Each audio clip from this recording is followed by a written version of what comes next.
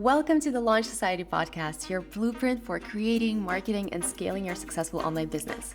I'm your host, Anastasia Ushakova, a launch strategist and online course consultant with experience in working on multiple seven-figure online courses and marketing campaigns that resulted in six-figure days. In today's episode, I'm joined by Katie Bambrick, sales, marketing, and business coach, helping online entrepreneurs grow and scale their businesses with organic sales and marketing strategies. Her mission is to help business owners 10x their sales confidence, create and launch offers that sell, and increase their income and impact. And let me tell you, the second you land on Katie's Instagram page or listen to her podcast, you instantly feel she has a no BS approach. She likes to call things as they are, and she's not about blending in. Sales is such a saturated industry, and Katie really does stand out from other sales coaches. So I'm so excited to be bringing her on the podcast today to talk about how you can boost your sales confidence and scale your income. And as you listen to this episode, I'd love to hear your biggest takeaway from it. Make sure to pop into my DMs or share your favorite bit on your Instagram story and tag me. Okay, let's jump right in. Katie, welcome to the podcast. Before we dive into the nitty-gritty of sales and how entrepreneurs can really boost their sales and their sales confidence, I really would like to talk more about your entrepreneurial journey. You started out as a teacher and then transitioned into marketing and ultimately started your own coaching business going full-time within 6 months, which is super fast. Could you tell us how did it all happen and what led you to start your business in the first place? Yeah, well, thanks for having me firstly. Very excited to be here. And yes, so I did start off as a teacher. I was a teacher not for very long. I didn't last very long. I was one of those statistics that rate that teachers drop off is quite high these days. So I think I lasted about 3 years. And I used to do travel blogging and I was like, what do I do next? Like, I don't really want to do teaching. I know I'm interested in content marketing to some degree. Didn't really know what that involved fully. So I decided to go into marketing. I absolutely loved it. And I was working in London doing marketing for a couple years. And I came home to Australia for 2 weeks. It was meant to be 2 weeks. I arrived in March 2020. We all know what happened next. COVID. The world just went wild. And I got quote unquote stuck in Australia. I sort of decided to stay, but I also didn't have a huge choice in the matter. I ended up creating my business then because my hours got cut at my work in London. And I thought I've always wanted to run my own business. I thought it was the perfect opportunity because I was still making a little bit of money from my other job. And so I actually went into social media management at first. Quickly decided that that wasn't for me. I actually really enjoyed teaching people how to land clients on social media rather than do it for them. So I kind of married my two careers. I married the marketing, I married the teaching together, and I went into sales and marketing coaching. And yeah, as you said, I went full time within 6 months, which was great. And here I am today. You know what really stuck out to me is that you started in a related field, but it's still not what you do today. I feel like so many people which are at the 9 to 5 or at their full-time job and they're waiting to find the ultimate idea of, oh, what will I do in my business? I need to find the golden idea. I need to stay with that idea then for 10, 20, 30 years. But in reality, most of the time action leads to clarity. You don't need to know what you're going to be doing for the rest of your life in your business. You just start and then you can roll from there. So was it hard for you to pivot in that moment when you started with social media management to transition into sales and marketing coaching, or was it natural? It was a bit of both. I think that I had this niggle inside of me that I didn't feel very passionate about social media management. And I'm kind of one of those people, for better or worse, that if I'm not feeling something, I'm out. Like, for better or worse, I'm all in or I'm all out. And I started losing interest in the social media management. And I thought, this isn't really what I want to do. And I saw all these people online coaching. And I thought, okay, this really appeals to me. I think I'd be really good at this. So I decided to make the leap fairly quickly. I think I'd only been doing social media management for maybe 1 or 2 months. It was a quick pivot. It wasn't necessarily easy to then know what my next move was. I did definitely have moments where I was like, what am I doing? How do I even start this? What do I even sell? Like, I didn't know what my niche was going to be or anything like that. I just knew that I wanted to do coaching. So in order to gain clarity, I did hire a coach, which I think took so much uncertainty away from me. I had someone else to guide me through the process and help me make that transition. So it made things a lot easier. I love that. There is so much power in asking for help, especially when we're at the crossroads and don't know what our next step should be. I mean, there's a reason why communities and teams are able to do so much more than individual people, because you can bounce ideas off, and in those discussions, new ideas get born. So I really love that you mentioned that. And on the topic of sales, such a hot topic. I mean, no sales equals no business, right? If you're not selling something in your business, you're just doing a very expensive hobby. You're not a business owner. But lots of business owners still feel uncomfortable around sales. It's like sales is seen as something sleazy. And I've talked to so many service-based business owners who are like, oh, if I could outsource sales, if I could just hire salespeople to do it for me, I would stop right here and now. I wish I wouldn't have to do sales. What's your experience with that? Have you had clients like this? What would you advise to these people? I think people have so many preconceived ideas around sales and what that means and what that looks like and what kind of person you have to be in order to be good, quote unquote, at sales. And usually that stereotype is someone that's really extroverted, in your face, that pushes something on you that you don't necessarily want. Maybe we've had an experience of that before. Maybe we've seen it in the movies. I always give the example of in Matilda, the dad who's a secondhand car salesman, and he's a crook and he's a fraud. And that is a lot of what people think sales is. They think it's selling people things that they don't necessarily really want and pushing an agenda on someone and generally speaking being pushy. I think that is changing slightly, but sales and selling does make people feel uncomfortable, and it's understandable because it's something that maybe you're not necessarily familiar with, and when we're doing things we're not familiar with, we can feel uncomfortable, right? It's out of our comfort zone. But anyone can be a salesperson and anyone can be good at sales. It is a skill, and because it's a skill, it means you can learn it. So it really means sort of unraveling what you think about sales, because from the moment we are born, in every way, shape, or form, every single day, we have been selling something. We tell people when we want something. We tell people when we need something. If you want to go to a restaurant and your friend doesn't feel like Japanese, but maybe you feel like Japanese, you'll maybe try and convince your friend, no, it's really good. Trust me, it's delicious. You haven't tried this XYZ meal on the menu. Trust me. You're still selling there. It's just not in the ways that maybe you conventionally think about selling. So it's about reframing, first of all, what that means. And also selling is actually a service. You are being paid to solve someone's problem. And when you view sales through that lens versus the lens of I'm pushing something on someone that they don't really want, well, yeah, you are going to feel icky and gross. But if you come from a point of view like, my program or my product is amazing, I know this is going to solve these people's problems, and I'm going to put it in front of them. And if they want it, great. And if they don't, that's okay too. Then you're not going to feel pushy and sleazy. If you know that your product is solving a problem, I feel like that's where a lot of business owners really default to this imposter syndrome feeling of like, oh yeah, I do have the knowledge, but is it really valuable for people? And doubting in themselves, they don't feel authentic in selling their offer. So I love what you said, go upstream. See, why do sales feel so uncomfortable to you? Maybe it is because you feel like an imposter, because then it's not about sales at all, right? It's about your self-confidence. It's about how you present yourself. Here's the truth that might be hard to swallow. If you're a service-based business owner and people are paying you for your services, but you don't have an educational or training offer yet, it's going to be really hard for you to scale that business. Here's the thing. Service providers have two options to scale their revenue. Option number one, go down the agency route. Hire a team to be able to take on more clients, increase your prices, become quote-unquote more professional, the whole shebang. It's a viable option. There's just one caveat. If you don't want to be a manager and lead, train, and organize a team, if you actually just want to be perfecting your craft and working as an expert in your field, you're going to be miserable. Not to mention overwhelmed because you will have just 10x your overhead costs.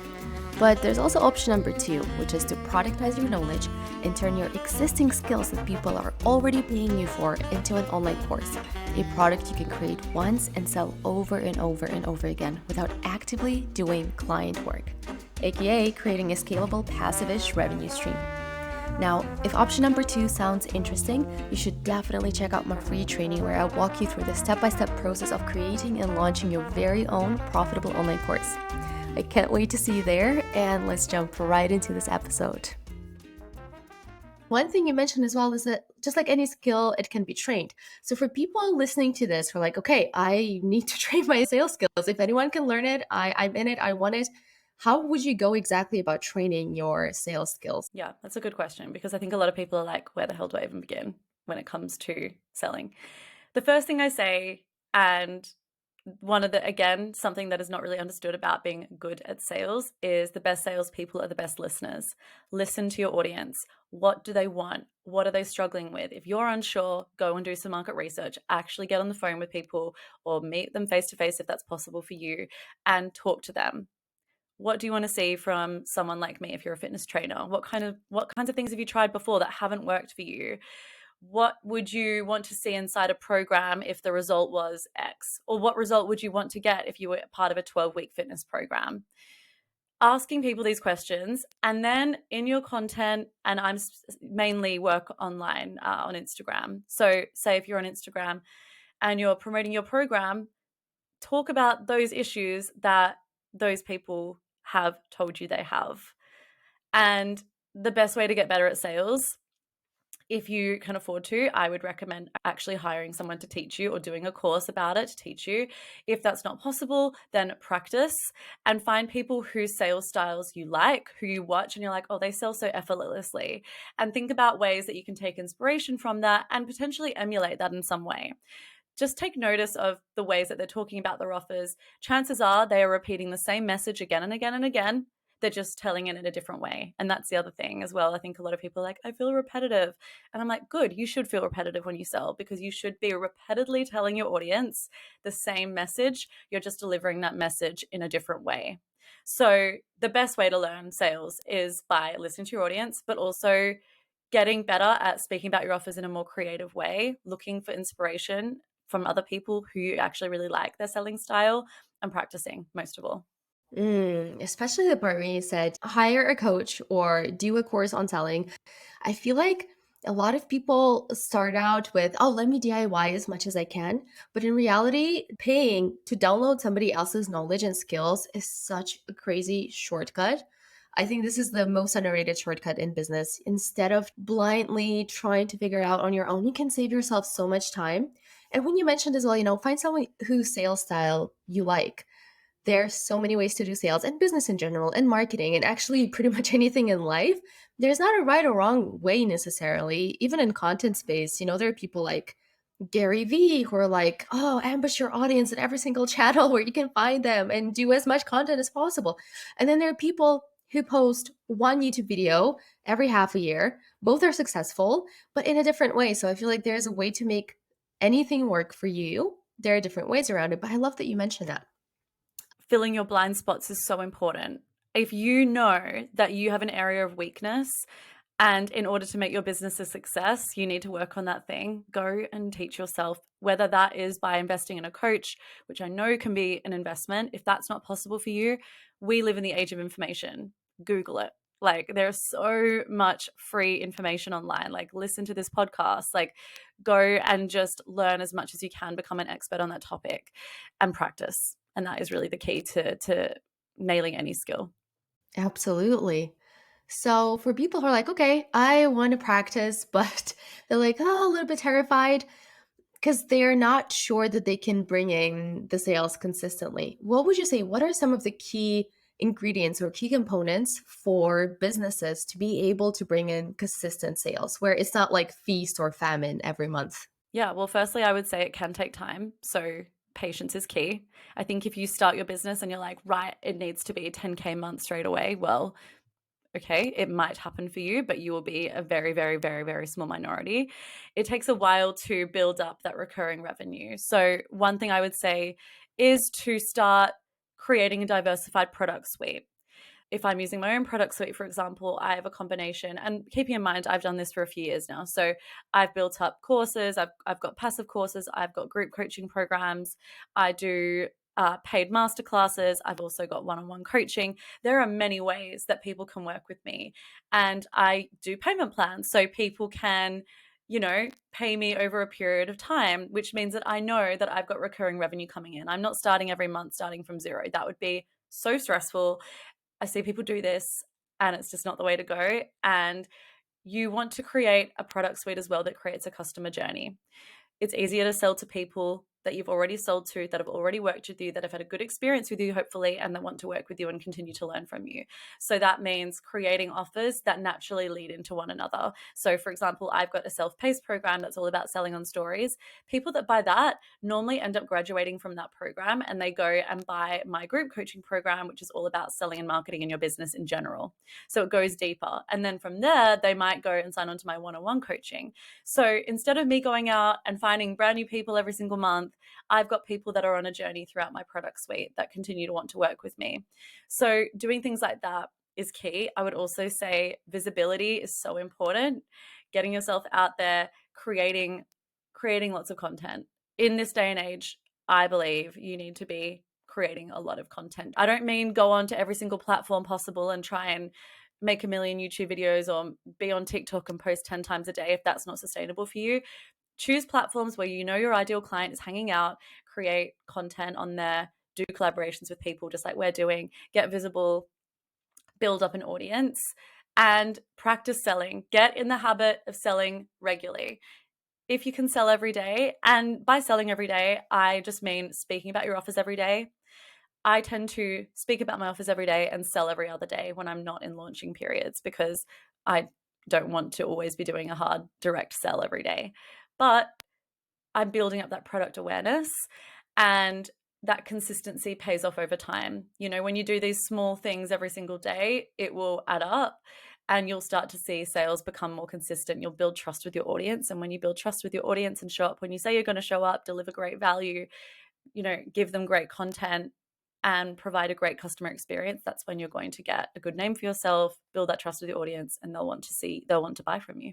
Building that product suite is something I find especially interesting because a lot of business owners, they create this one offer and they want to have just one flagship offer.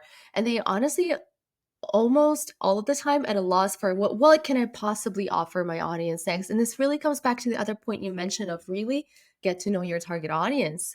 What are their problems? If you're helping them with this little chunk of their problem, what else can you help them with? I would really love to hear your opinion on how people can start with a product suite. So after they've created, maybe it's a one-on-one coaching service, or maybe they've created a digital product and they're like, okay, I'm ready to expand. I want to sell something else to my audience.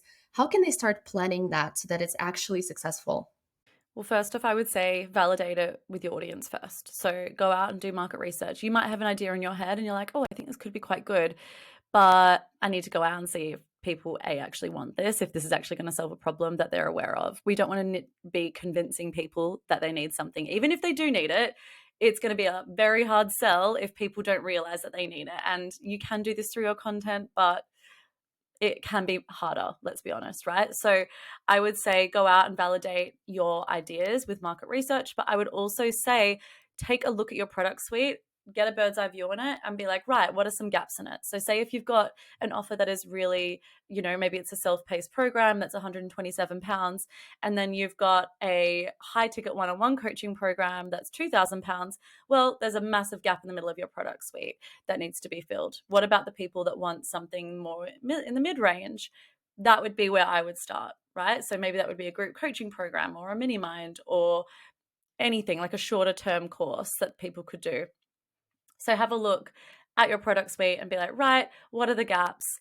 Where would someone need to be to go from that program to my next program? Making sure you're sort of mapping out that journey as well, rather than just sort of randomly adding things to your product suite that don't really make a lot of sense as well. So yeah, just some things to keep in mind, I think. Awesome. You mentioned previously that in this day and age, we as business owners cannot just ignore content creation. And I agree with that 100%. Have you noticed working with your clients or in your business, are there any channels that are a must do right now as of this moment? Or does it really depend on a case by case basis from business to business and people can sort of see what makes sense for them? I think there's a little bit of both. So I think definitely first and foremost, where are your ideal clients? Where are the people that are going to buy from you? Where are they hanging out? Because you want to be in front of those people, and that means getting on those platforms. So if you're selling, maybe you're a love and dating coach for divorcees over 50, TikTok might not be the place for you, right? But maybe Facebook is the place for you, or maybe Instagram is the place for you. Or if you're a business consultant that helps startups, LinkedIn is probably the place for you. But it's really about getting in front of people that will buy from you, and that means getting on those platforms. That being said as well, we know that certain platforms like TikTok are huge right now. And I have this resistance. I'm going to be completely honest with you guys. Like, I have such a resistance to TikTok. I think it's just because I'm 30 and I'm like, I don't know, I just can't. But that is definitely a platform that I think is a great place to be, because it's popping off, right? So there are certain places where I think, okay, that is a smart move marketing wise from a marketing perspective. But at the end of the day, like, where are your ideal clients hanging out? Like, where are they? And that's where you need to be. I really love that you mentioned that you know that TikTok is such a great platform now in terms of reach, in terms of reaching new audiences, but you don't feel it, so you're not on it. And I feel like that's such an important distinction to make, because in online marketing and in business, you could be doing 1,000 strategies all at once, and there are experts recommending literally the opposite strategies. And I feel like both can work, but if you're really not into TikTok, what energy will you show up with if you do force yourself to do those videos? Probably not the best energy. You'll probably be resentful. You're probably not going to be consistent. You're just going to waste your time. So I feel like it's such an important thing that you mentioned to, yeah, of course, you have to force yourself out of your comfort zone in business, but also really see what makes sense for yourself and what you feel good with as well. Yeah, I also think that sometimes there is a bit of self-discipline involved, right? Like, we can't always do things that feel amazing all the time and that we only want to do. There are definitely some things that you're like, that's a smart business move. We should give it a go. So I do think there's like both that need to be listened to. I know for sure with me, I want to delve into that, definitely. But I also would rather be really consistent and show up for my audience on Instagram. That's where I enjoy hanging out. That's where I feel like I've got a sense of community there. That's what I love about Instagram. You can actually talk to people. And my podcast, for example, as well, is another place that I want to be consistent with. I would rather make sure that I am nailing those platforms and being consistent there than, as you said, then going over on TikTok and doing it for a week and then being like, oh, no. So I definitely think that's something I want to do in the future. But for now, I'm just sort of sticking to the things that I'm like, right, let's just be really good at these. Let's be consistent with these. And that's what I suggest to other people as well. Like, I'm not sitting here pretending that I'm absolutely perfect with all of my content. Like, I'm definitely not. I just choose where I am going to show up consistently and build that trust with my audience. And speaking of your content, you're very outspoken on your socials and in your messages about standing out from the crowd, not blending in with cookie cutter sales techniques, not regurgitating the same old cliches over and over again. So, can you expand on that a bit? How can business owners actually find their unique voice that will set them apart, that will feel authentic to them? Most people do have a unique voice. I would say everyone has a unique voice. Very few people actually share that unique voice online, through fear of judgment, through fear of standing out. Sometimes people are almost afraid of success, and it's going to do you no favors. I understand it. I understand being like, oh, I don't want to rock the boat too much. I don't want to ruffle any feathers. But you've got to keep in mind that if you want to stand out and you want to showcase your USP and show people why should they work with you versus work with another sales and marketing coach or another dating coach or another fitness coach, why would they want to work with you? So that means that you do need to be unapologetically yourself, showcase your opinions, and that in turn will build connection with your audience. In marketing, we hear a lot about attraction marketing, but we also need to know that in order to attract people into our audience, we also need to repel people as well. And when people hear that, they're like, oh God, I don't want to repel people, because naturally, when you're neurologically wired to be liked, we're pack animals. But actually, in order to attract the right people to us and work with people who we really enjoy working with, who are similar to us, share similar values, see things the same way that we see them, we also need to repel the people that aren't for us. So I always advocate to people, be bold, share what you think. What are some common tropes in your industry that you're sick of seeing? What do you see all the time online? And how can you put your own unique spin on that? It doesn't mean when someone says black, you say white. But what are your thoughts? And I really highly suggest that every piece of content that you create has your own unique opinion and your own unique voice stamped on it. We don't want to be creating what everyone else creates. There's a lot of vanilla content online. There's a lot of people posting online, which means that it's a saturated market. But because people are often saying the same things and it's not very bold, that provides an opportunity for you to be bold and to stand out. And when you start to do that, people will take notice and you'll notice your conversions increase. Ruffling feathers. I love that you mentioned that. I used to work in a very small design agency. We were 20 people tops, yet we were working with the likes of Google, Twitter, Airbnb, Uber, with the biggest Silicon Valley companies. And a lot of corporates as well, a lot of really old fashioned, rusty, heavy corporates. And the reason we were able to do that is because our branding and our marketing messaging really ruffled the feathers. So, like you said, we repelled people that didn't want to work with us. But in the end of the day, what surprised me the most seeing the behind the scenes of that is that actually a lot of companies, which were corporate, which were, very official, they actually wanted that freshness. They actually wanted to break out from, the streamline of same consultants and suits that would, give them cookie cutter strategies and make them fill out 100 Excel spreadsheets. They wanted that freshness. So you might think you'll be repelling someone, and you will be, but those people might be looking for something else, something different. Yeah, you would rather have 15% of people absolutely love you and want to buy from you and lap it up, and the rest of your audience maybe not feeling you, than 100% of people thinking you're nice and no one buying from you. And that's what happens when you are too afraid to actually stand out online, share your thoughts, share your opinions, and command attention. You are going to be vanilla and you will notice that no one's buying from you. Mm. And speaking of, not staying outside, I can imagine that that is the reason that so many business owners are missing out on sales. What are some of the other pitfalls or maybe mistakes that you see business owners make in their sales process, on their sales calls that you just know are costing them money? I think, and this kind of ties back into a little bit what I was just speaking about, a huge mistake I see people make, or just maybe they're not even aware of it, is their messaging. And they aren't speaking in a way that builds buying desire. Their content is, as I said, a little vanilla, but also their content isn't really selling the program. It's not selling the transformation. A lot of people just sort of say, here is my program.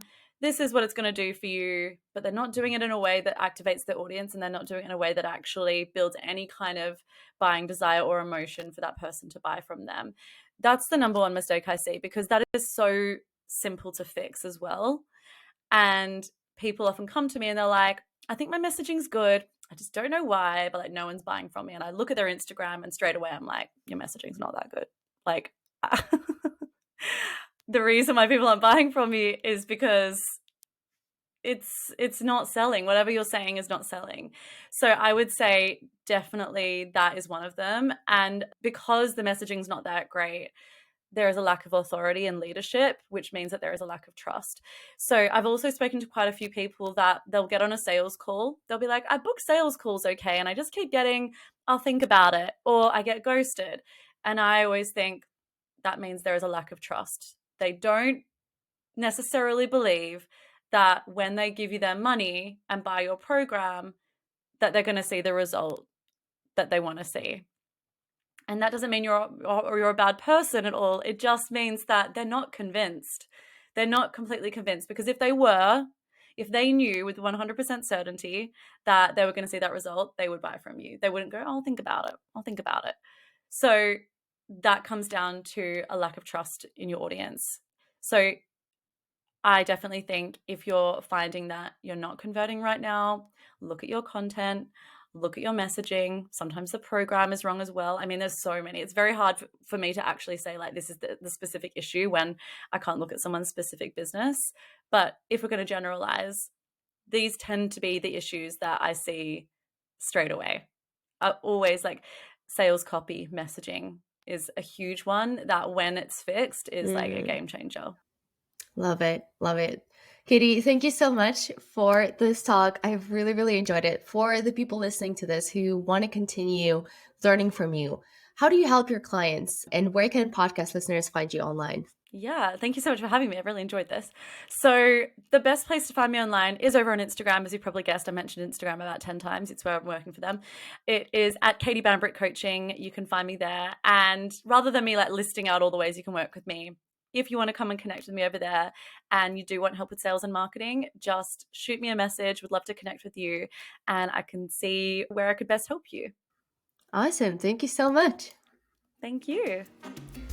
Wow, this episode was really packed with goodness, right? If you enjoyed listening to it and learned a thing or two, please make sure to subscribe to the podcast and give it a rating as well. Or pop into my DMs and tell me your biggest takeaway from listening to this episode. I can't wait to hear what you thought about this episode, and until I hear you next time, bye!